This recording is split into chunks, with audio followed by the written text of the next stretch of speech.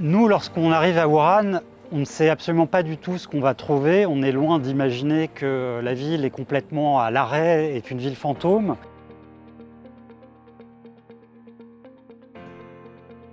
Je m'appelle Sébastien Ricci, j'ai rejoint le bureau de l'AFP à Pékin en mars 2019 et je suis en charge de l'actualité économique. La première mission en reportage pour l'AFP, c'est un petit peu le baptême du feu. C'est le 22 janvier 2020 pour Wuhan, pour aller enquêter sur ce qui est alors une vague épidémie, un mystérieux virus qui circule dans la ville. On décide d'y aller pour aller 2-3 jours, je pars avec une toute petite valise. Quelques heures plus tard, à notre grande surprise, la ville est confinée. On ne sait pas du tout si on va pouvoir être capable d'embarquer par chance. C'est le dernier vol sur place.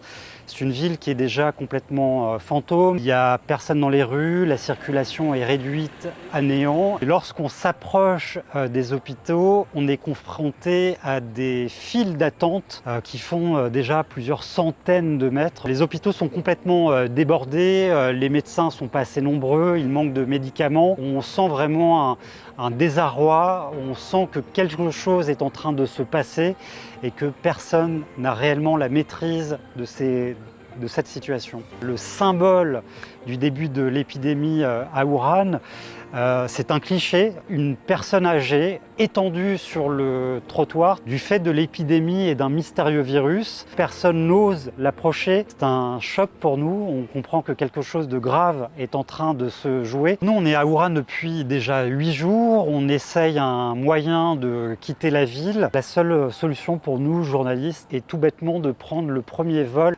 affrété par le gouvernement français. On n'est pas du tout au courant de l'horaire, on n'est pas au courant du jour, on sera mis au courant quelques heures avant le jour J. C'est un parcours du combattant parce qu'il n'y a pas de taxi, il n'y a pas de circulation, il y a des checkpoints puisque la population n'est pas censée quitter son domicile. Lorsqu'on arrive enfin à l'aéroport, c'est un peu la libération, mais qui n'est pas vraiment une libération parce qu'on nous remet un billet d'avion sur lequel il n'y a ni heure de décollage, ni destination. Et là, on est un peu plongé dans le flou. Dans l'avion, on ne nous dit rien, on est rapatrié, donc il y a un peu la surprise de savoir où est-ce qu'on va atterrir en France. Ce sera la base militaire de Istres, dans les Bouches-du-Rhône, avant un confinement à Carry-le-Rouet, dans un centre de vacances qui a été réquisitionné pour nous accueillir et dans lequel nous allons passer 15 jours. Notre quotidien en fait est rythmé par des prises de température, des examens médicaux. La date de libération,